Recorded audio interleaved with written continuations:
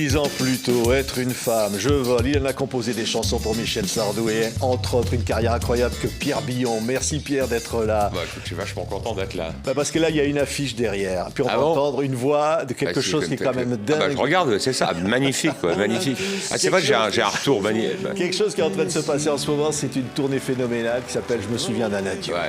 Et c'est Michel Sardou. Évidemment, c'est toi, Pierre, qui est le directeur artistique de cette tournée de Michel. Alors, pas tout seul, je suis avec Jean Morat, on est tous les deux, mon éternel associé. On entend la voix de Michel qui chante du Johnny. Alors là, c'est deux sujets dont on va parler dans cette émission, évidemment, Johnny et Sardou. Écoutez Michel qui chante le Tennessee. Il y a peu d'amour avec tellement d'envie, si peu d'amour avec autant de bruit. Quelque chose de Tennessee. C'est émouvant, hein, c'est Pierre, émouvant. d'entendre Michel chanter C'est cette drôle chanson parce de que Johnny. sur scène à ce moment-là, c'est un moment où je joue pas moi. Parce que c'est juste une guitare et c'est pas moi, c'est le deuxième guitariste, c'est Michel qui est un merveilleux guitariste qui joue juste guitare avec lui. Et moi je ferme les yeux, je suis debout, je ferme les yeux et puis je me fais le trip de Johnny. Je vois mon pote en train de rouler. C'est drôle, c'est particulièrement cette chanson-là. C'est dingue. Hein. Michel sur scène, il dit avant de le chanter, il dit voilà, cette chanson, c'est un copain. Ah, c'est beau ce qu'il dit. On l'a chanté ensemble. Il dit il y a quelques années dans le parc de Sceaux, j'ai chanté cette chanson avec un ami et puis, et nous on attaque. Donc c'est élégant, très élégant. C'est magnifique. Et toi qui as été tellement l'ami, qui est toujours l'ami de Sardou et qui était l'ami de Johnny, l'ami des deux, aujourd'hui tu dis, bien sûr ils ont été brouillés, Sardou et Johnny, bien sûr, mais là il reste quoi de tout ça? Il reste Tennessee, il est en train d'expliquer que, voilà, c'est une façon, je pense que c'est une façon de se recoller, ouais. Au dire, moi je t'envoie ça là-haut et j'espère que tu l'entendras. Moi, je vois la chanson comme une belle chanson et puis comme peut-être pas un hommage, mais une façon de se remettre avec lui. Voilà. Il a regretté, Michel. C'est ce qui s'est passé. Il a dit. Mais Michel est un gros bougon et des fois sur scène, il peut raconter n'importe quelle bêtise parce que ça l'amuse de le faire, tu vois. Bon, ça arrive, hein. Et puis malheureusement, de nos jours, les bêtises sont très très vite amplifiées. Il y a Insta qui se met dans l'histoire, et puis voilà, c'était une erreur de Michel de l'avoir fait. Il l'a reconnu d'ailleurs. Oui, mais Johnny ne lui a pas pardonné. Non. Michel est allé voir Johnny en disant vas-y, on va parler. Il a dit je ne veux pas. Non, il ne pouvait pas. Et je n'ai jamais vraiment compris pourquoi. Je pense que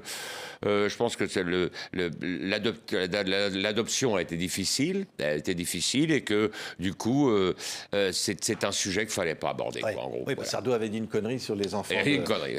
C'est drôle, un truc drôle. Il a dit un truc drôle.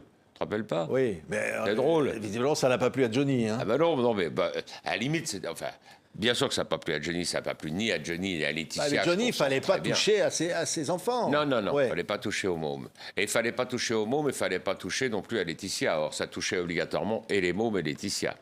Donc, non, ça ne pouvait pas marcher. Mais cela dit, c'était drôle. Il avait dit c'est toujours que Johnny était parti à Gstaad pour apprendre à faire du ski au Viet Cong. Donc, c'est quand même assez amusant, à la limite. C'est pas léger, mais c'est amusant. Oui, ça n'a pas été bien pris. Non, mais ça n'a pas été bien pris. Même Laetitia l'avait mal pris aussi. Très mal pris, bien sûr. Très, très mal pris. Oui, elle est touche toujours pas aux fâchée, enfants. Mais je me souviens déjà, une fois, Coluche, dans son émission, avait, sur un album que sort Michel, Michel sort son album et en même temps, il vient d'avoir son deuxième garçon, je pense. Et Coluche a dit, Michel Sardou a sorti un album et comme un malheur n'arrive jamais seul, il vient aussi d'être papa d'un garçon. Et ça n'avait pas plu du tout à Sardou, du tout. Ah oui. Il ne trouvait pas ça drôle du tout. On il pouvait lui-même être on ne touche pas au monde. C'est la même histoire quand tu réfléchis bien. Le truc de Coluche avec Sardou, c'est la même histoire que Sardou avec Johnny. Quoi. On ne touche pas au monde. Tu fais ce que tu veux. Tu peux dire t'es devenu moche, t'as un gros nez, mais touche pas au monde. Oui, mais il faut dire que Sardou, il n'a pas non plus la réputation d'être toujours facile. Hein. Ah Là, non, c'est- non, Toi qui le connais depuis, on va en reparler, mais depuis Oui, 50 ouais, ans. il est pas facile, voilà. Il était, oui, il peut être compliqué, mais est-ce qu'il est compliqué pour se donner lui-même un élan supplémentaire? C'est possible. Et que ces coups de gueule ne sont que des espèces de carapaces, et puis un rebond, quoi. Quand il gueule ou quand il est pas facile, c'est souvent une carapace, quoi. Ouais. Mais derrière, il y a un être sensible, tendre. Oui, il peut être tendre. Oui, non, mais Il peut être sensible. je pose la question. Pierre. Non, non, moi je l'ai vu tendre, je l'ai vu sensible. Je l'ai vu, oui, je l'ai vu attendri quand on a été voir la comédie musicale, par exemple. Oui, la Quand comédie on a qui été avait voir- là, Voilà. qui est tous les succès, qui reprend Voilà. tous ses succès. Quand oui. on a été voir Je vais t'aimer, pourtant avant d'attendre Michel sur une scène, ça va être compliqué. Il y a été, on était dans le public et il a entendu toutes ces chansons chantées par des jeunes qui ne connaissaient pas forcément.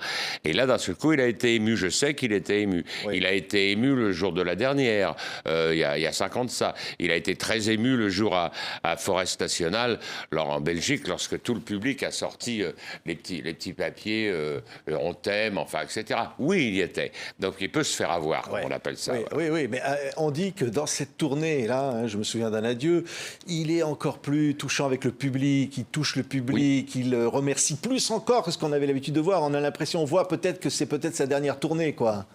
Alors, je ne sais pas si c'est des dernières tournées, moi, mais tout ce que je sais, c'est qu'effectivement, je l'ai vu faire des choses que je n'avais jamais vu faire. C'est-à-dire, quand le public lui dit « on t'aime », lui répond « moi aussi, je vous aime ». Je ne pense pas avoir entendu ça beaucoup avec lui. Il les remercie. J'ai jamais entendu Michel. Merci, merci, vous êtes gentil, merci. Il leur dit, vous êtes gentil. Il leur dit, il est très, très, très gentil avec eux. Si quelqu'un va amener le bouquet de fleurs, il va aller le chercher, quitte à louper 2 phrases de femmes des années 80. S'il y a un petit papier gentil, il va le prendre.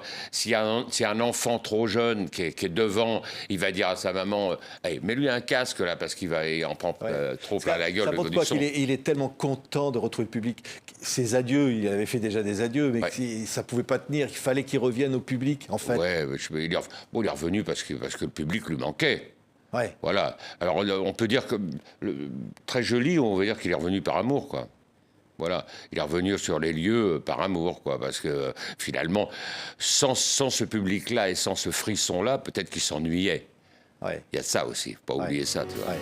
Quand, sur scène, il fait un duo. Ah ouais? Il fait un duo. Écoutez, avec qui il fait ce duo, Sardou, sur scène? Ces rumeurs de vagues au bout de l'océan. Je me souviens d'une ville, je me souviens d'une voix. C'est Noël qui brille dans la neige et le froid. Je me souviens d'un rêve, je me souviens d'un roi. Alors, non, c'est pas Garou, hein. Non, c'est pas Garou, Pas parce Garou. que j'ai fait comme je le fais moi. J'aurais pu faire je me souviens d'un rêve, je me souviens. J'aurais pu, mais c'eût été un peu trop. Ah ouais. Non, C'est un Michel m'a magnifique, demandé non de le mais faire. Pierre, c'est un magnifique duo. Pierre Billon, Michel Sardou, tous les soirs, comme ça, là, sur scène, tous les deux. Ouais, d'abord, Michel voulait faire cette chanson. Cette chanson est un duo. Moi, de toute façon, j'étais en train de bricoler, comme il dit, dans ma cuisine, c'est-à-dire un coup les percussions, un coup de la guitare, un coup les tabales, un coup ci, ça. Autant que j'allais faire quelque chose avec lui, quoi, voilà. Donc on a fait ça, ce qui est jamais facile, comprends-moi.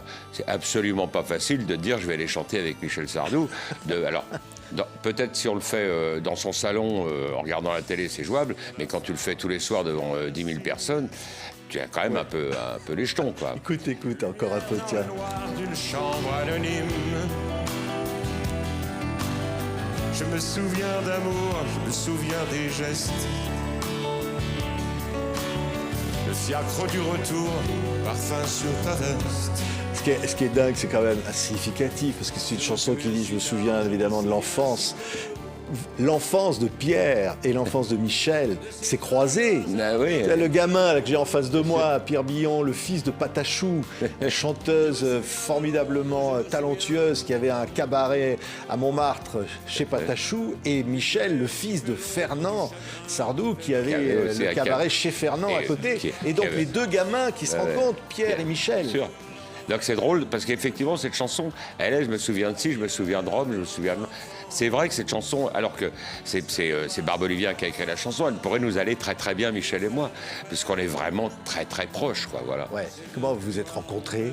On s'est rencontrés, on devait avoir 12 ans, 12 ou 13 ans, et sur une comédie musicale que maman faisait avec ses parents, avec Jackie et avec Fernand. Ouais. Ça s'appelait L'impasse de la fidélité. Tu vois, oui. c'est là la première fois qu'on s'est rencontrés, on avait 12 piges. Après, on s'est perdu de vue. Et après, on s'est retrouvés juste après l'armée en 68. Voilà, lui rentrait de l'armée aussi. Il était rentré 1 an avant moi, je crois. Et moi, je suis rentré juste à ce moment-là. On s'est retrouvés à ce moment-là. Et alors, comment il était, le petit Michel, là? C'était Un rebelle. Ouais. Oh la vache, c'était un rebelle. Est-ce qu'on peut dire, en résumé, vous faisiez les cons pas mal? Ouais. Hein? Non, mais il était, tu veux dire comment il était à cette époque-là? Oui, et puis vous deux.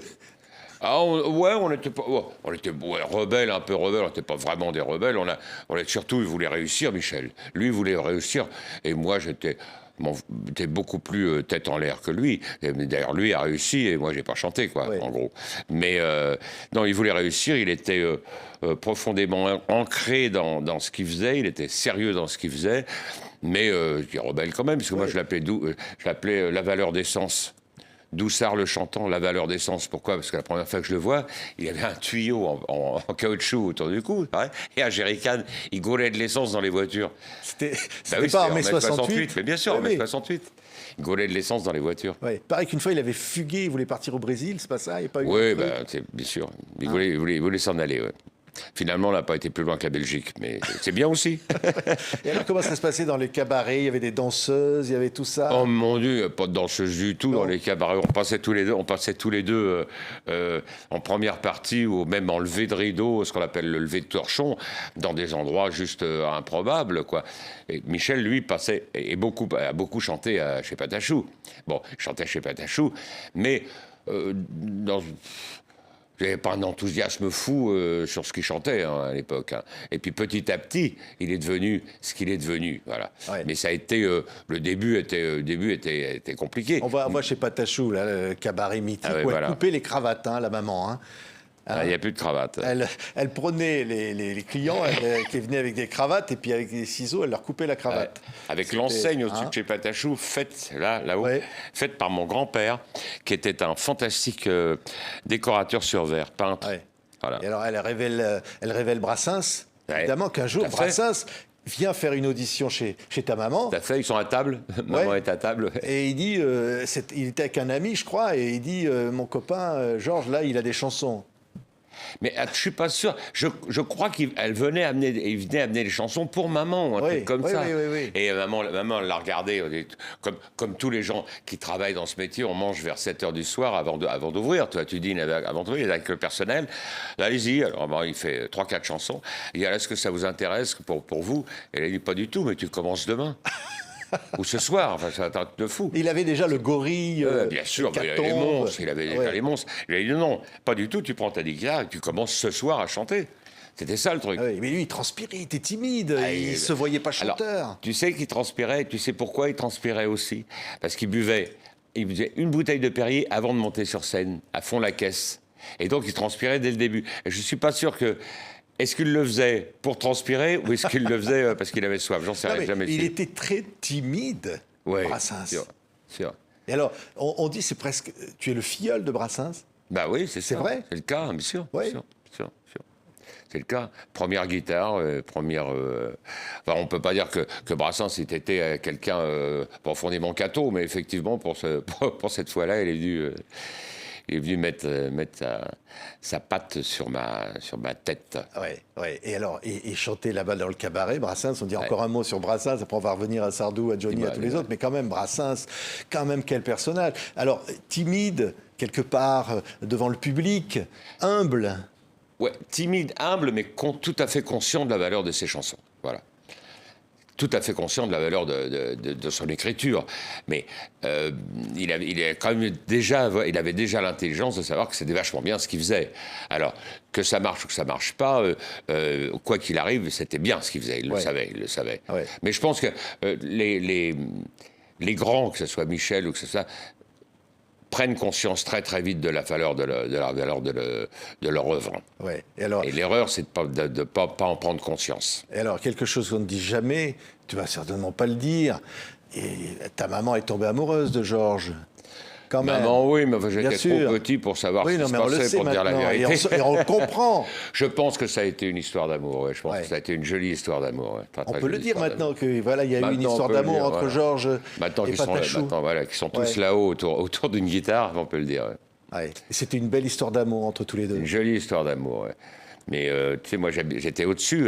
Je dormais au cabaret. Je dormais au-dessus du cabaret. Et effectivement, j'entendais. J'ai eu la chance, dans ma tendre enfance, d'être bercé par Brassens, par Brel, par Aznavour, c'est un truc de fou quand tu réfléchis, et par Hugo Frey, Hugues, Ouais. voilà. Et alors après, dans le cas de Brassens, j'entendais que la basse, parce que c'est les basses qui travaillent, qui passent à travers les murs, tu sais, la contrebasse, boum, boum, boum, quand je me couchais, puis Piaf, Piaf venait me faire la bise le soir avant de passer sur scène. Ouais. Ah non, mais c'est dingue. Ah, c'est pas mal C'est comme... complètement dingue. pas mal Elle comme était comment, générique. tiens, Edith? Elle était comment? L'image qu'on en a aujourd'hui, c'est ça? Elle était comme ça ou elle était différente? Edith, Ouais. moi, j'ai connu une gentille dame qui venait me faire la bise le soir. Donc, je peux pas te dire, j'étais trop jeune pour savoir. Après, j'ai vu le film et j'ai trouvé qu'ils en ont fait une folle dans le film, alors qu'elle n'était pas une Dépressive, qui Ouais, ressemblait à ses chansons, alors qu'elle oui, n'était pas comme ça. Je pense qu'ils en ont fait beaucoup dans le film, quoi. Moi, j'ai vu plutôt une femme, oui, effectivement, qui prenait des tas de trucs pour dormir, des tas de trucs pour se réveiller, mais qui n'était pas. Chaque fois que j'ai vu, moi, c'était pas. T'es pas un monstre dépressif. Hein. Et alors, tu descendais la butte Montmartre et tu allais un peu plus bas, chez Fernand Sardou, Oui, alors c'est quand... qui avait un autre cabaret. Oui, alors lui j'y étais assez peu parce qu'encore une fois, lui je pense que le cabaret a dû fermer avant nous. Il a fermé avant nous, donc quand j'ai eu, moi, quand je suis revenu à Paris vers 18-19 ans, le cabaret était plus en fonction, j'y étais assez peu, j'y suis allé une ou deux fois avec Michel peut-être. Mais c'est vrai que peu. Michel, il faisait de serveur là-dedans. Oui, il faisait serveur, il chantait, enfin bon... Il a fait tout ce qu'il... Tu sais, Michel, il a tout fait. Hein. Ouais. Tout fait. Moi aussi, d'ailleurs. C'était l'énorme truc qu'on a tous les deux, c'est qu'on a fait tellement de... Voilà, quand on conduisait la voiture, on emmenait la guitare, on portait sur, on se disait ça. Les premières tournées, c'était exceptionnel, quoi. Exceptionnel. Ouais. Et le père, Fernand, il voyait comment le succès de son fils? Comment il a vécu ça? Lui qui était un artiste, plutôt bien. Et Michel a toujours... Michel a pris beaucoup de son père aussi, il ne faut pas rêver. C'est-à-dire dans la façon de fonctionner, dans la façon de maîtriser le public. C'est beaucoup son père. Et Michel, c'est vraiment le père et la mère, quoi. Il a ce côté... parisien, quoi qu'il arrive, il y a le côté parisien de Jackie, et puis le côté méridional de Fernand. Et c'est vraiment un mélange des deux, un étrange mélange des deux. Et son père était très fier de Michel, bien évidemment, ainsi que sa mère. Et Michel était très fier de son père, parce que rappelle-toi cette merveilleuse chanson, il était là dans son fauteuil, bien sûr. Il a toujours chanté en se disant, allez, il était là dans son fauteuil. Quoi. Ouais. Et alors, les années passent, mais le succès triomphal arrive pour Sardou. Vous êtes toujours copains à la vie, à la mort. Vous vous faites tatouer un aigle tous les deux, le même, qui est toujours d'ailleurs, on était trois, sur l'épaule. On était trois, il y avait Taobi aussi, qui était le troisième pote de l'époque, un ami à nous, Taobi Karifov, un Corse. Et alors ça, cette anecdote, c'est quand Michel commence à toucher un peu d'argent. On est un peu plus dans quelles années on est, vraiment extrêmement, parle d'un temps que les moins de 20 ans, enfin, etc. Donc et il touche un peu l'oseille, donc on décide de partir à Los Angeles. Premier truc, évidemment, première Amérique, moi j'avais déjà été souvent aux États-Unis, mais pas lui. Et nous voilà partis à Los Angeles, tous les trois.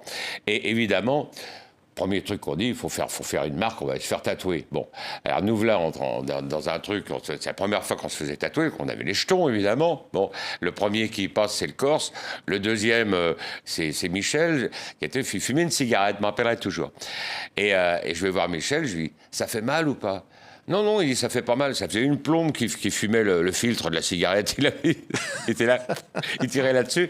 Mais c'est vrai. Et après, la photo qu'on voit devant le pont de San Francisco, c'est extraordinaire parce on va à San Francisco et on veut faire une grande photo. Tu sais.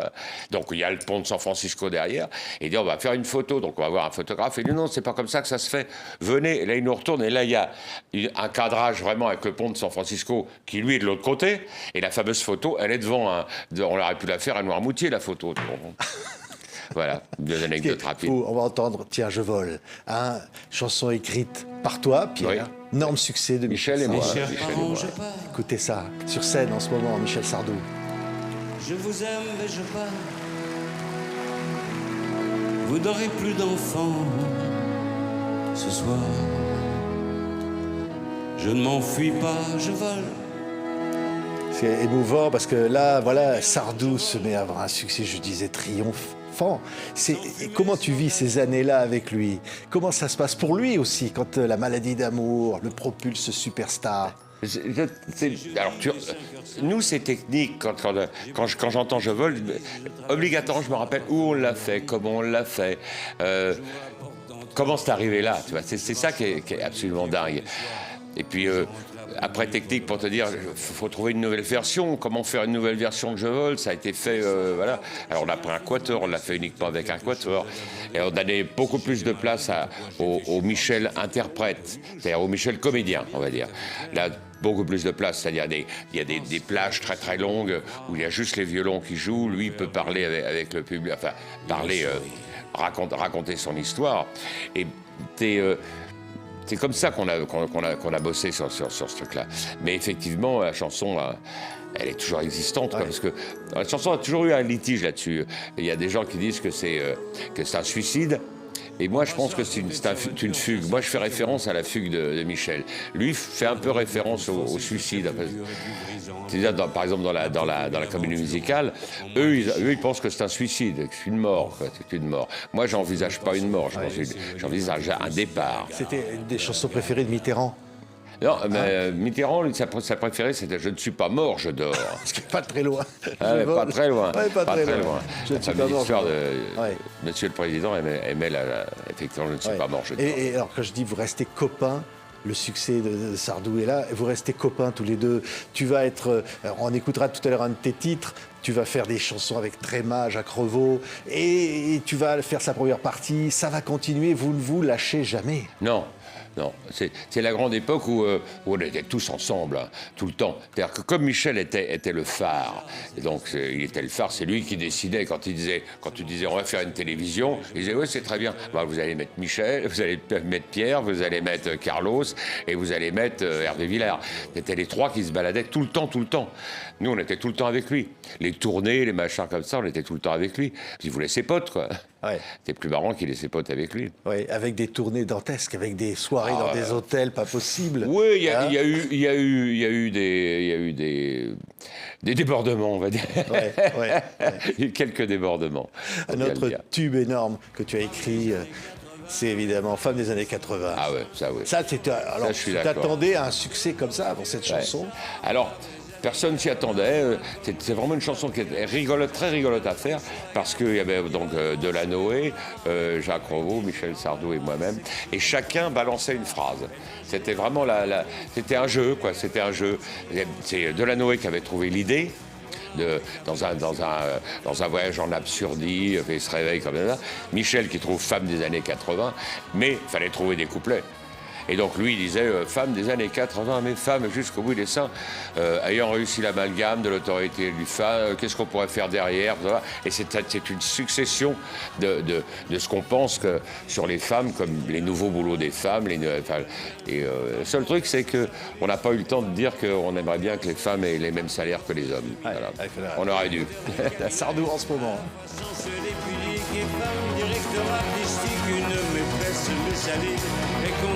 Je ne sais pas qu'il y a de mauvais hommes derrière. Voilà, ça c'est voilà, le CD hein, de la tournée, du concert, je me souviens d'un adieu. Alors femme, il y en a qui ont dit « Ah, c'est misogyne ». Alors c'est vrai que Sardou va être taxé à ce moment-là d'être misogyne. Évidemment, on va lui reprocher le temps des colonies. On va lui reprocher « Je suis pour » la chanson sur la peine de mort. Ils n'ont pas écouté le temps des colonies, personne n'a écouté. Mais ça va être terrible cette période. Les concerts sont perturbés. Comment tu vis tout ça à l'époque? Alors, j'analyse pourquoi. C'est-à-dire que beaucoup de gens ont vu Michel la forme et non pas le fond. C'est-à-dire la forme, c'était les grands orchestres, les chantant très très haut, les orchestrations énormes, le côté... mais ils n'écoutaient pas le texte. Ils n'écoutaient pas le texte. Et je pense que Michel, au bout d'un moment, après Je suis pour, par exemple, il a été ça lui a fait beaucoup de peine, parce qu'il ne pouvait plus dire ce qu'il voulait. Il était facho. Ben oui, c'était facho. Tout sauf facho. Si tu écoutes bien le texte du temps des colonies, au contraire, c'est un pamphlet aux colonies complètement. Et le mieux que le bon temps des colonies, c'est encore Zombie Dupont. Zombie Dupont était un chef-d'œuvre pour moi, le texte. C'était une chanson qui disait l'UNESCO veut me rebaptiser, tamponner, vacciner. Mais bien sûr, bien sûr, le mec est très heureux dans son village, et d'un seul coup, tu viens lui expliquer qu'il faut qu'il mette des chaussures correctes. C'est une chanson anticoloniale, en fait. Complètement, totalement. Mais donc, on n'a rien compris Rien que dalle, ils n'ont rien compris, rien. Ah ouais. Mais bon, la forme a fait qu'on comprenne. C'est toujours ce genre de chansons, si tu les chantes seul avec une guitare nylon dans un cabaret à tendance gauche, tout le monde va trouver que c'est une chanson de gauche. Si tu la chantes avec un grand orchestre et à l'Olympia, c'est une chanson de droite. Alors il y a Les Villes de solitude, c'est un chef-d'œuvre considéré dans Le Point, qui a fait un numéro spécial sur Sardou, comme la meilleure chanson de son répertoire. Mais bien sûr. Et dans laquelle il joue un personnage qui dit à un moment, dans une ville de solitude, il dit « J'ai envie de violer des femmes ». Alors ça a été extrêmement mal pris par les féministes. Je le comprends, la phrase est maladroite, je le comprends, mais qu'est-ce que c'est? C'est ni plus ni moins ce qui se passe en ce moment quand le mec il rentre chez lui le soir, il se met devant son ordinateur et il commence à jouer à des jeux incroyables dans lesquels il est Dieu, dans lesquels il tue tout ce qu'il veut, dans lesquels il peut prendre les plus belles des femmes, avoir les plus belles bagnoles, etc. C'est son jeu. Et puis quand il a fermé le jeu, il s'aperçoit que... Voilà, et c'est exactement ça. Michel, il le dit, mais quand il dit à la fin, je vois que je casse rien, quoi. Ouais. C'est la vérité. Il fait tout ce chemin comme ça. C'est ce qui se passe maintenant effectivement, avec les jeux, quand tu te mets le casque sur la tronche et que d'un seul coup, tu deviens roi de la jungle. Ouais. Quoi, voilà. Mais ce qui est dingue avec Sardou, c'est qu'il y a évidemment ce personnage avec ses chansons, parfois des polémiques. On parlera d'autres chansons. Et puis, il y a, par exemple, celle qu'on va entendre là, 10 ans plus tôt, la chanson d'été, je me souviens, 45 tours, qui fait un carton, coécrit avec toi. Voilà, et qui va être le plus grand succès à ce moment-là de sa carrière. Incroyable succès. Et avec Jacques Revaux, qui a quand même fait une musique absolument extraordinaire. Ouais. Et là, écoutez, Sardou. Des idées, quelquefois qui dérangent, où j'en ai, qui font danser. Et ça, c'est vrai que la voix... La voix, c'est un don. Sa voix, c'est un don de Dieu, quoi. C'est vraiment. Revaux a toujours su le mettre sur un plat en or, tu vois, juste la voix comme il faut. Enfin bon, Revaux est très fort. Ouais. Très très fort. Incroyable. On le salue, le Jacques. Ouais, on le salue. Qui est quand même quelqu'un qui a aussi écrit My Way, la musique de My Way, qui est la chanson la plus diffusée dans le monde. Quand même, Sardou a eu de la chance. Revaux, Delanoë. Après, il y aura Barbelivien. Il y a quand même des compositeurs incroyables. Il a eu des auteurs incroyables, des compositeurs incroyables, mais des auteurs formidables. Mais le meilleur auteur pour Sardou, c'est Sardou. Ouais. C'est toujours Sardou. Pour moi.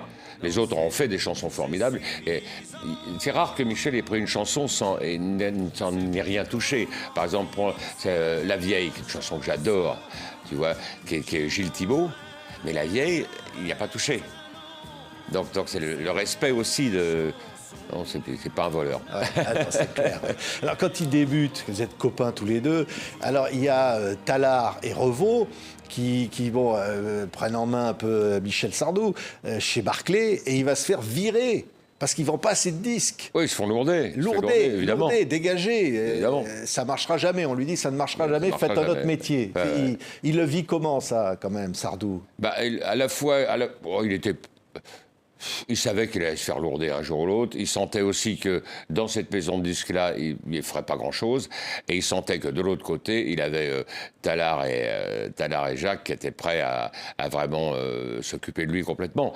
Ça a été une décision. Je pense que ça l'a déçu de se faire virer de chez Barclay, parce que Barclay était une grosse boîte. Mais ça n'a pas duré longtemps. C'est à peine sorti de truc, Jacques et Régis ont dit allez, nous on va te produire, nous on va monter une maison de disques, on va faire ce qu'ils ont fait, la plus belle maison de disques française qu'il y ait jamais eu. Oui, alors il y a un nom qui est venu il n'y a pas longtemps sur ce plateau, c'est Gérard Davoust, qui travaillait chez Philips, qui raconte qu'il avait arrivé Tallard et Revaux avec des bandes sous le bras, qui lui ont fait entendre en disant Sardou, il veut une chanson qui s'appelle Monsieur le Président de France, et Davoust dit non, ça ressemble au ricain, ça marchera jamais. Et là, on va entendre quelque chose. Il lui a fait entendre ce qui devait être la face B. Et là, Gérard Davoust a dit ouais, ça c'est bien, ça. Ça s'appelait America. Écoutez. Rallier l'univers en deux rives. Drôle. Oui, quand j'ai vu ça. Quand ça commence déjà à chanter haut, là, ça y est. Ma ville est morte dans mon dos.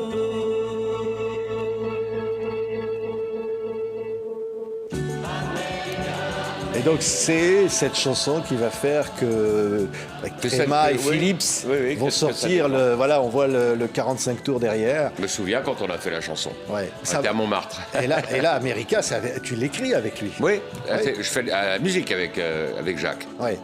Et là, tout le côté bamba. C'est le rêve américain, et en même temps, ça va pas cartonner tout de suite, là. Il faut quand même le dire. Elle a fait un peu.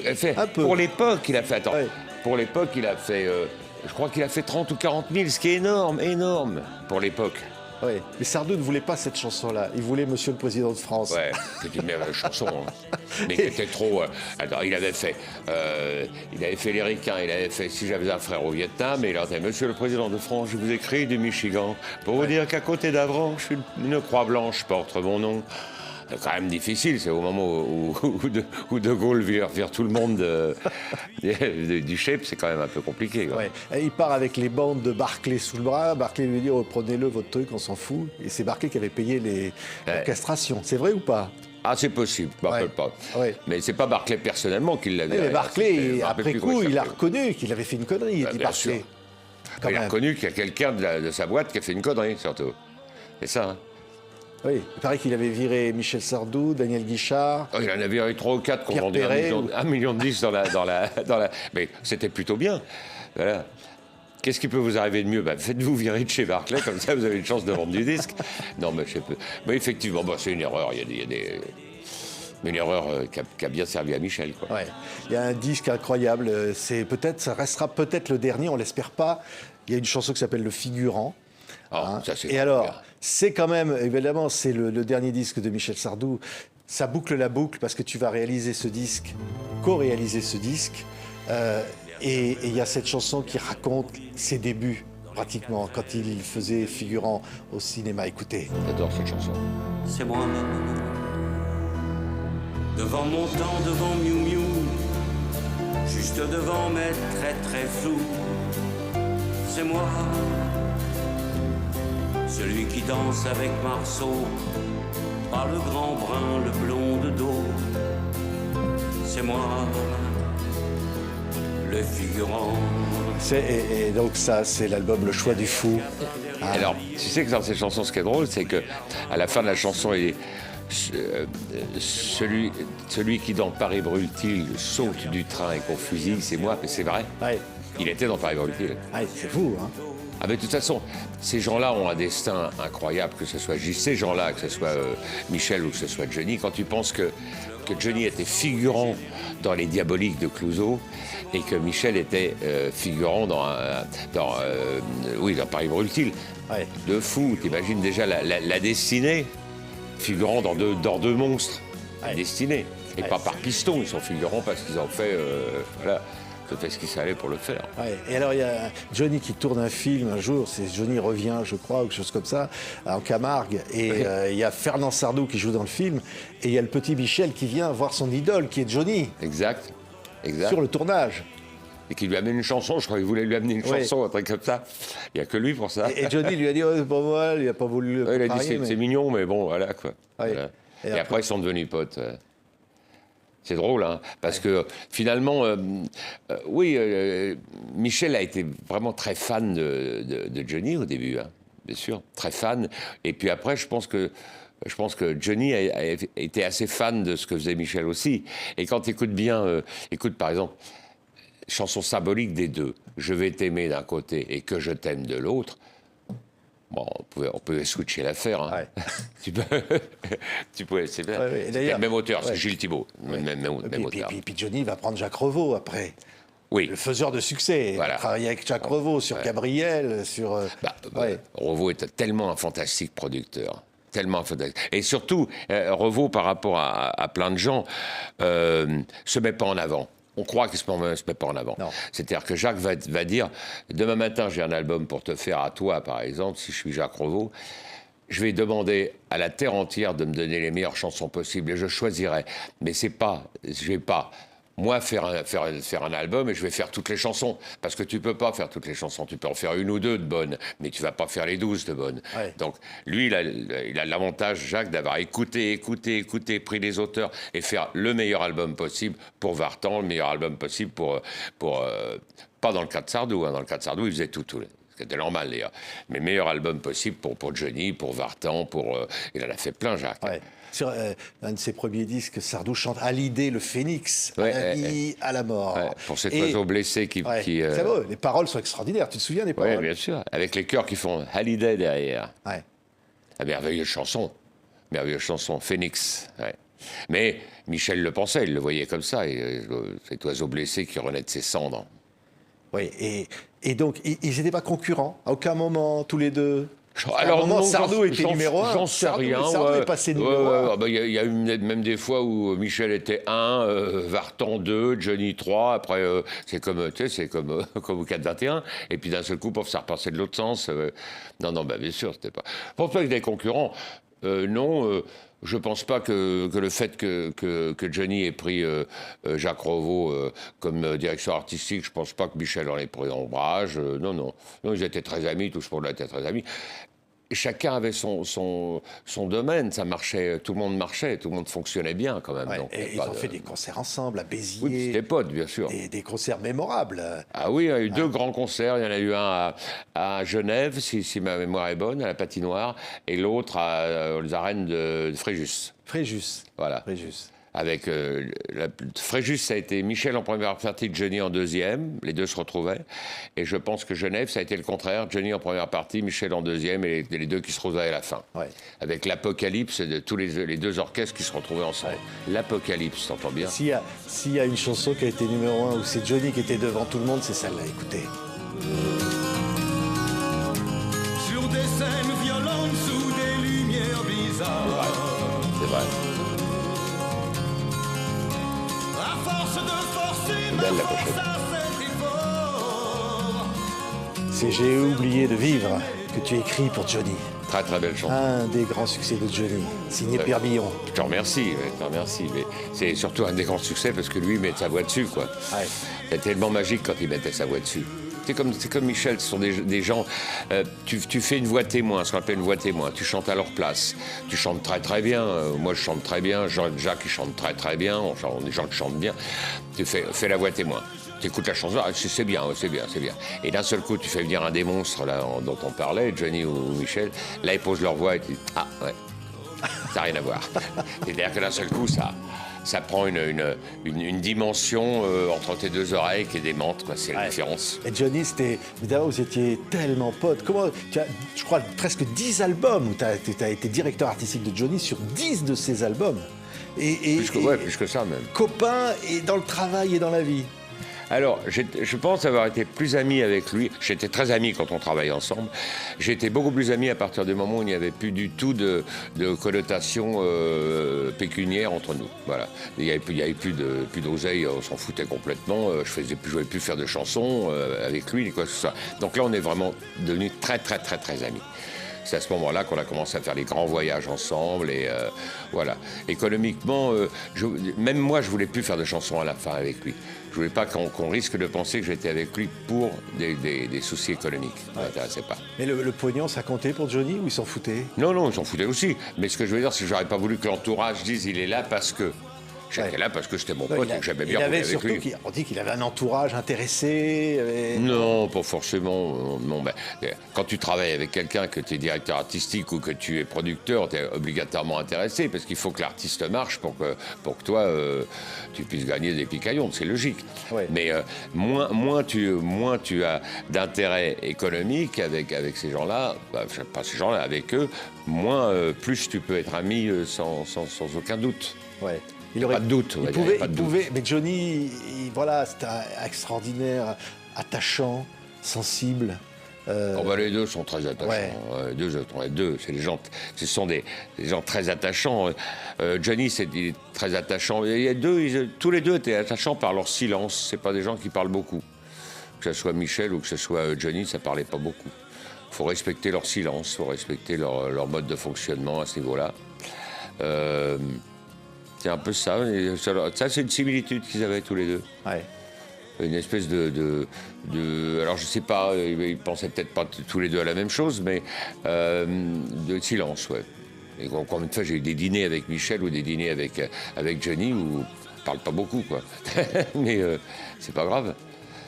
Et quand tu parles pas beaucoup, tu peux rien écouter non plus, c'est ça le problème. Ouais. Jusqu'au bout, Johnny. Jusqu'au bout, toi. Ah oui. Hein? Ouais, je savais que jusqu'à la fin. Les virées en moto et puis jusqu'à la fin. Jusqu'à la fin. La notion de la moto était une notion qu'il adorait, comme Michel adore les chevaux. Johnny adorait vraiment les motos. Il adorait l'Amérique, il adorait cette Amérique-là, c'est-à-dire cette Amérique où lui était, on en a déjà parlé, n'était pas connu. Ça lui plaisait. Ça lui plaisait, il pouvait bader et il pouvait rester pendant des heures à regarder les oiseaux sans qu'on lui fasse de selfie. Ouais.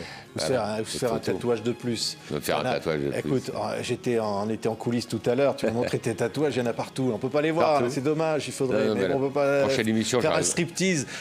J'arriverai nu. Voilà. mais des tatouages avec Sardou communs, des tatouages. J'en ai aucun avec Johnny. Ouais. J'aimais ses tatouages, il aimait les miens, j'en ai aucun avec Johnny. Enfin, moi, les tatouages, après, c'est devenu affreux parce que j'en mets, on va dire, à tout bout de champ. Mais comme le champ devient de plus en plus. Il n'y a plus beaucoup de place sur le champ. Ouais. J'en mets beaucoup. Ouais. Tu es allé voir l'expo de Johnny? Alors, j'ai été voir l'expo de Johnny, j'y étais avec Laetitia. Ouais. Elle m'a invité, j'étais avec Laetitia et avec les frères, c'est-à-dire avec Facien, Billy, et il y avait Maxime Nucci aussi. Pour les autres n'étaient pas là, mais enfin bon, ils sont toujours frères quand même. J'ai trouvé ça vachement bien. Et moi qui suis un précis, qui suis un genre précis, j'ai exprès été voir, et c'est vrai. Tout ce qu'il y a là-bas, c'est vrai, c'est authentique. C'est pas, on a trouvé une voiture qui ressemble à celle qu'il avait, on a trouvé une moto qui ressemble à celle qu'il avait, on a retrouvé des bagues qui ressemblaient. C'est totalement vrai, totalement authentique. Donc tout ce qui est là-bas, les gens qui vont y aller, qui vont voir, c'est vrai. Voilà. Ouais. Ils ne pourront rien acheter malheureusement, mais ils peuvent faire des photos, c'est vrai. Est-ce que ça lui aurait plu, ça, Johnny? Ah ouais, ça lui aurait plu, bien sûr. Oui, parce que c'est authentique. C'est quoi? C'est une grosse boîte à souvenirs quand tu connais. Quand tu y vas, c'est un grenier d'amour, c'est une grosse boîte à souvenirs, tu comprends? Moi, j'y étais. C'est pas morbide. Ça me rappelle. Ça me rappelle. Ou ça me rappelle la période où j'étais pas là. Ça me rappelle celle où j'étais là. Ça, je me souviens. J'ai même retrouvé. Dans ses bijoux, j'ai retrouvé une bague que je lui avais offerte pour son dernier anniversaire quand on était ensemble. Elle était là, donc je la connais. Donc je sais Laetitia a vraiment fait un boulot précis et honnête. Et les gens qui vont voir c'est bien. Mais il y en a qui n'ont pas aimé. David, l'idée n'a pas aimé. Sylvie Vartan... on ne peut je sais pas. Ils y ont été ou pas, au moins? Non, ils ne veulent pas y aller parce qu'ils trouvent que ça n'a pas lieu d'être, que c'est pas... ils trouvent que c'est morbide. C'est une énorme idole. Johnny était une énorme idole. Il faut laisser un peu de rêve palpable pour les fans. Or, cette expression, c'est un rêve palpable quand même. Il touche du doigt des tas de choses qu'ils ont vues de loin, on va dire. Non, moi, je suis pas d'accord. Je trouve ça pas mal. Je trouve ça, franchement, c'est bien fait. Et Laetitia, elle vit comment aujourd'hui? Parfois, il y a des fans qui la critiquent sur la façon de faire. Il y aura toujours des fans qui la critiquent. Je ne sais pas qui est-ce qui la critique, mais c'est tellement facile de critiquer maintenant. Moi, tout ce que je sais, c'est que pour moi, allez hop, elle est irréprochable. Boum. Voilà. Je l'ai dit, moi, c'est tout. Ouais, c'est-à-dire, au fond, Elle est irréprochable pour moi. Tu diras toujours, elle a toujours raison. Ouais. Mais pas forcément, elle a sûrement fait des conneries, elle a sûrement dit des conneries aussi, mais pour moi, au niveau de son attitude sur les dernières années avec Johnny, fait qu'elle est irréprochable. Ouais. Et ces histoires d'héritage, ça n'a pas abîmé l'image de Johnny? C'est tellement... à la si, fin. Alors non, l'avantage, c'est qu'elle est inabîmable. On peut pas casser l'image de Johnny, mais ça va casser l'image, effectivement, de Laetitia. C'est embêtant pour tout le monde, mais cet héritage, ça devrait pas être au grand jour. C'est des trucs qui se règlent en famille avec un notaire. Le reste, j'en sais rien. Je ne suis pas d'accord, on comprend bien, je ne suis pas d'accord avec sa décision. On est bien d'accord, je n'aurais pas fait ça. Mais c'est sa décision, donc il faut respecter sa décision, c'est tout. Oui, sa décision lucide, c'est-à-dire il était bien conscient. Tu parlais de l'héritage aussi, c'est sa décision. Mais tu dis, il était bien conscient de ce qu'il faisait, tu le savais à ce moment-là. Bien sûr, absolument. Il était conscient jusqu'à le dernier dîner qu'on a fait ensemble. Il était conscient. On n'a pas parlé de l'héritage, évidemment, mais c'est quelqu'un qui était conscient. C'est pas du tout. Il n'avait pas le cerveau en légumes. C'était pas un légume. Et Laetitia, aujourd'hui, elle peut refaire sa vie. Elle refait sa vie, c'est normal. Mais il y a un poids, le poids de Johnny derrière. C'est pas facile. Alors, j'espère pour elle qu'elle va faire sa vie, parce que sinon, il faut qu'elle fasse. C'est pas un musée qu'il faut qu'elle fasse. Il faut qu'elle fasse un couvent et qu'elle y rentre. Mais elle est obligée de faire sa vie, bien sûr. Mais c'est lourd, hein, c'est lourd. Parce que quoi qu'il arrive, c'est toujours, il y a toujours l'ombre du grand. Donc c'est. Ouais. Elle portera jusqu'au bout la mémoire de Johnny, Laetitia. Elle est Oui, décidée à je ça. pense je crois qu'elle. Oui, je sais pas, elle va porter l'héritage intellectuel, je parle, elle va porter l'héritage intellectuel. C'est-à-dire, il y aura effectivement des spectacles comme on voit maintenant avec l'image virtuelle de Johnny et le symphonique de Cassard, choses comme ça. C'est ça qu'il va y avoir. C'est faire en sorte que les fans aient toujours quelque chose. Alors, on peut dire que c'est économique, là aussi, on peut dire qu'on va toujours faire quelque chose pour gagner de l'argent. Mais est-ce que c'est pour gagner de l'argent ou est-ce que c'est pour faire plaisir à ceux qui en ont besoin? On n'en sait rien. Ouais. Parce qu'ils en ont besoin, tu comprends? Ils en ont besoin, ça leur fait plaisir. Ça leur fait plaisir d'aller prendre l'avion, se faire un crédit terrible pour aller prendre l'avion et aller à Saint-Barth. Ça leur fait plaisir. Ouais. Donc, laisse-leur cette joie-là. Mais la famille de Johnny, Laetitia, Sylvie, c'est triste, les enfants, est-ce que tout le monde pourrait se réconcilier un jour? Ça serait possible? Ça serait ce qui pourrait se passer de mieux. Ouais. Non, j'en sais pas où ils en sont, pour dire la vérité. Je sais que pendant un moment, ça allait mieux, puis là, je sais pas si ça va toujours pas bien. C'est compliqué, les décisions, c'est certainement compliqué. Artistique, ça doit être compliqué, les décisions. On sort tel disque, on fait ci, on fait ça, mais il faut savoir qu'il y a eu beaucoup de bêtises de dites, mais toute l'œuvre de Johnny, là, ça appartient à la maison de disques. Quand tu fais un disque qui t'appartient à la maison de disques, si demain matin, la maison de disques décide de faire les meilleurs slows, les meilleurs twists, les meilleures chansons d'amour, ils font ce qu'ils veulent. Donc après... les décisions, moi je suis pas d'accord. Je pense que intellectuellement, tous les héritiers devraient pouvoir parler de l'œuvre de Johnny. On pense à David, qui a fait un disque extraordinaire avec son père. Ah, c'est bien ça. Ouais. Qui aurait quand même le droit de pouvoir dire des choses. Ah oui, mais ils le disent, hein, je pense. Mais au moins de décider. Mais je ne sais pas ce qu'ils ont. Je ne sais pas techniquement ce qu'ils ont comme pouvoir sur ce qui se passe. Effectivement, sur les disques à venir, sur des choses comme ça, sur les spectacles à venir sur Johnny. Je ne sais pas ce qu'ils ont comme pouvoir. Mais il y a eu un moment où toute la famille a été là, c'était évidemment à la Madeleine. Hein. Oui. Et là, tu as porté parmi d'autres le cercueil de Johnny, Pierre. Oui. Mais c'était pas marrant du tout, ça. Ça, c'était pas drôle, ça. Moi, je suis arrivé à la Madeleine, tout le monde se faisait déjà la gueule. Alors, donc, j'avais l'impression que ça allait pas déjà dès la Madeleine. Je pense que ça allait pas. Je pense qu'il y avait vraiment un clan et un autre clan. Je le pense. Même dans un moment pareil. Ouais, je le pense. Ouais. Quand je suis arrivé, il y avait déjà une scission entre les deux. Ouais. Je sais pas pourquoi. Pas pourquoi, parce que moi, je ne suis qu'un motard tatoué, tu comprends? Ouais. Je ne connais pas pas dans le secret des dieux, quand même. Non, mais à un moment pareil, les obsèques, Johnny, il n'aurait pas aimé ça, que ce soit comme ça, non?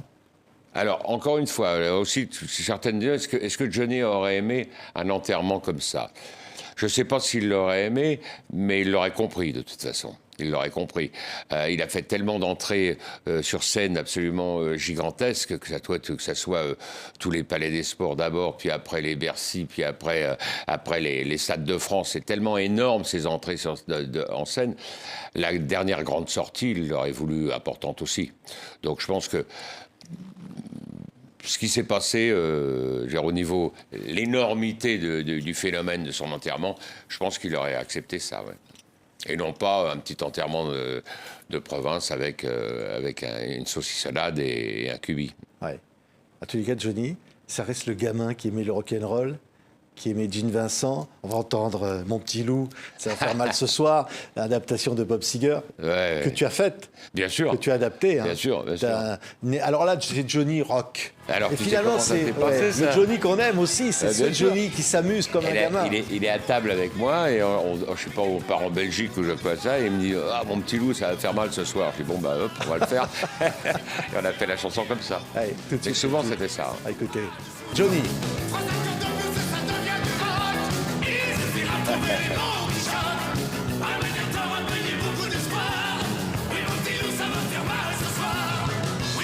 Alors, ça c'est vrai que c'est ça. C'est le Johnny des femmes, c'est le Johnny du rock, c'est le Johnny éternel. Hein. Accessible, regarde. Ouais. Un Johnny accessible. Éternel. Ouais, éternel. Pourquoi éternel? Parce que facilement copiable pour les fans. Les fans peuvent se mettre dans la peau de Johnny. C'est facile. C'est pas facile de se mettre dans la peau de Johnny, mais tu regarde. Les chaussures, le t-shirt, les lunettes, c'est pas grand-chose. Donc les fans, il était tellement près des gens pour ça. C'est ça qui était extraordinaire. C'est que demain matin, j'ai déjà dit, mais bon, effectivement, Johnny avait une Harley extraordinaire ou une Indian extraordinaire qui valait une fortune. Mais le môme qui avait un scoot pourri ou une petite mobilette pourrie, il mettait les 3-4 trucs que Johnny avait aussi sur là, et il avait la même moto que Johnny dans la tronche. Il avait le même perfecto que Johnny, alors que même que le sien, il était en plastoche, mais il avait mis tout ce qu'il fallait dessus pour que ça soit... Donc il était imitable. C'était ça aussi, le côté très important de Johnny. Écoutez, ça, le rock'n'roll. Ah ouais.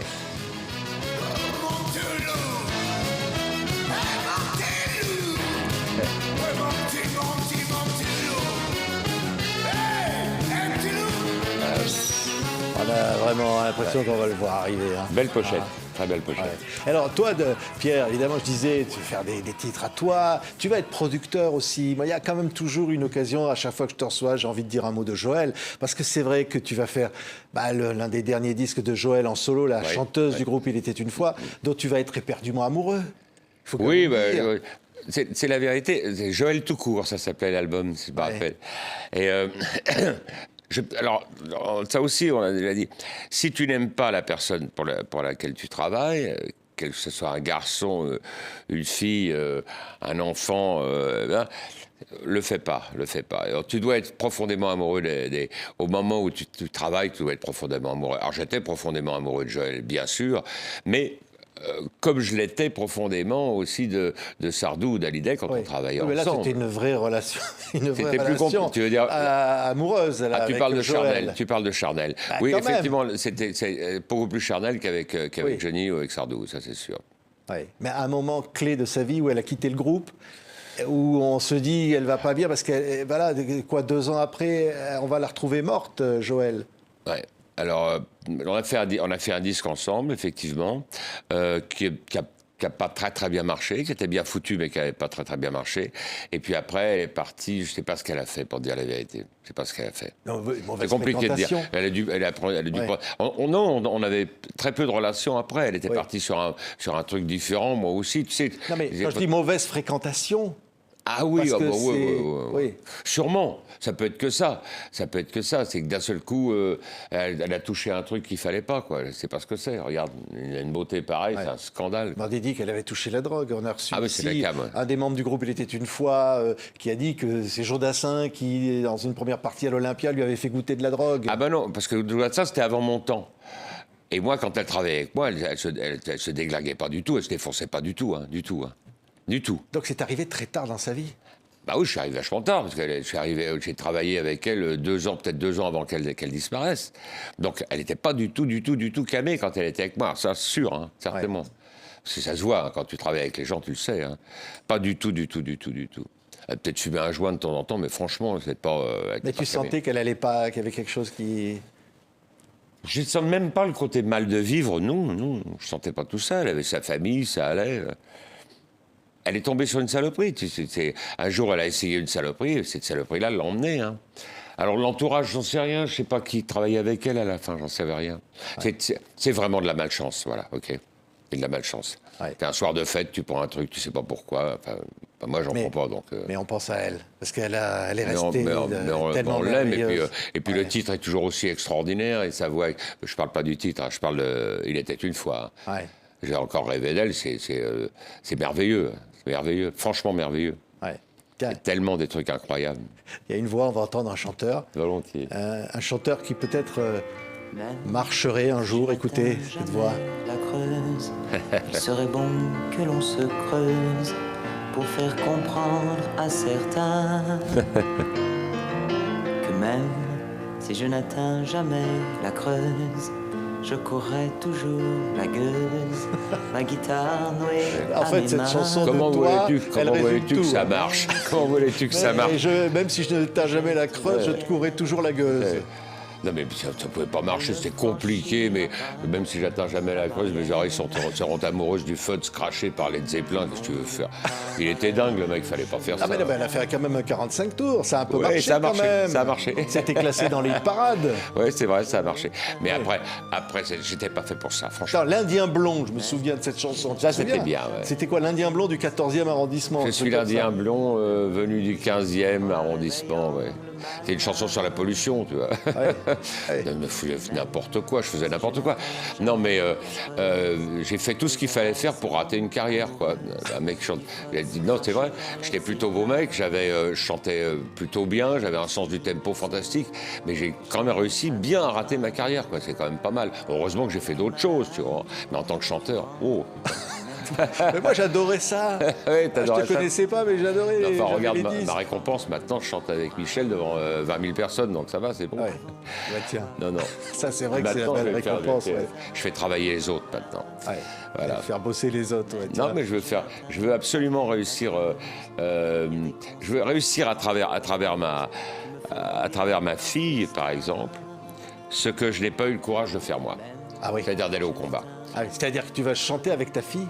On fera des trucs ensemble, mais elle va sortir son disque, elle va faire son disque. Mais je veux absolument qu'elle ait la chance, parce qu'elle a la volonté pour ça, de faire ce que je n'ai pas fait moi. C'est-à-dire, moi, j'ai pas été au combat. Très honnêtement, j'ai pas été au combat. Je voyais ça, je pensais que j'étais pas très bon. J'étais très très mauvais. C'est très mauvais de se croire extrêmement bon, plus fort que les autres. Et c'est encore plus mauvais de ne pas comprendre qu'on est bon. Ça, c'est pire que tout. Les autres sont meilleurs que moi, mais je suis pas bon. Or, ça avait tort. J'étais très bon, mais j'ai pas été au combat. Ouais. Donc, ma fille, je vais faire en sorte qu'elle aille au combat. Elle aura le droit d'y aller. Oui, mais là, le mec, on vient d'entendre chanter La Creuse. On va l'entendre maintenant chanter devant Arena à la Défense. C'est-à-dire immense salle, l'une des plus grandes salles européennes, qui va chanter avec son copain d'enfance. Voilà. Et pour te faire plaisir, je ferai. Je me souviens d'un arbre, je le ferai comme ça. Tiens, on va écouter la chanson, puis tu vas nous la chanter à la manière de Garou. Tiens, voilà, écoute ça. De l'océan. Je me souviens d'une ville, je me souviens d'une voix. Faut faire comme ça. Ah ouais, comme ça, pas mal. d'accord. Ok, ça marche. Noël qui brille dans la neige. C'était Pierre Billon. Merci beaucoup Qu'est-ce à qu'on toi. passe des moments merveilleux avec Pierre. Je me On s'est souviens bien d'un régalé. adieu. Voilà le disque de la tournée de Michel. Ça sera pas sa dernière tournée, tu me dis. Hein. Il va Alors. pas s'arrêter là. Alors, Attention, faut être clair. à la fois, il dit que c'est sa dernière tournée, mais chaque fois, il leur dit quand même c'est peut-être ma dernière fois qu'on se voit, mais enfin, j'ai déjà dit ça la dernière fois, etc. Donc, il laisse toujours. Là, il laisse un peu la porte un tout petit peu Ouais, entrouverte. ouais. C'est pas. C'est fini. Ouais. Non, mais même faire un disque peut-être, non? Disque, j'y crois pas tout de suite. Non. Mais il est capable de tout, de toute façon. Il est infernal. Ouais. Il y a un photographe merveilleux, encore merci, c'est Tony Frank, parce qu'on a vu plein de photos Ouais. de Tony, Tony, comme ça, dans extraordinaire. les écrans, des photos de Sardou, de Extraordinaire, Johnny. extraordinaire. On l'adore. Merci Pierre. Merci à toi, Je vraiment. me souviens d'un Je me adieu. suis régalé. Ouais. Ouais, Ah. c'est la seule qu'on chante pas, on l'avait répété, on la chante pas. C'est extraordinaire, hein, un spectacle qui a le titre de la seule chanson qui chante pas. Les Sardou, C'est bien vu. je t'ai dit, c'est le fameux Sardou secret, mais qui est quand même un sacré Sardou. quoi. Un sacré, en tous les cas, on va dire un sacré artiste. Putain, quel artiste. Ah, ouais. Quel incroyable artiste. Ah bah quand tu vois, même quelqu'un comme moi qui a fait énormément de tournées avec lui, continue à me surprendre. Quoi. Ah ouais, il continue à me surprendre. Et d'un seul coup, il a ce côté... il a ce rebond qui est vraiment une espèce d'incroyable insouciance mélangé avec un incroyable talent. Enfin voilà, tout ça. Merci. Il faut y aller au combat, quoi. Et c'est son directeur musical qui le dit. Merci Pierre. Merci à vous. Merci beaucoup. Qui fait l'ombre du chagrin qui fait l'homme. C'est par du sang qui coule dans nos veines. C'est la rivière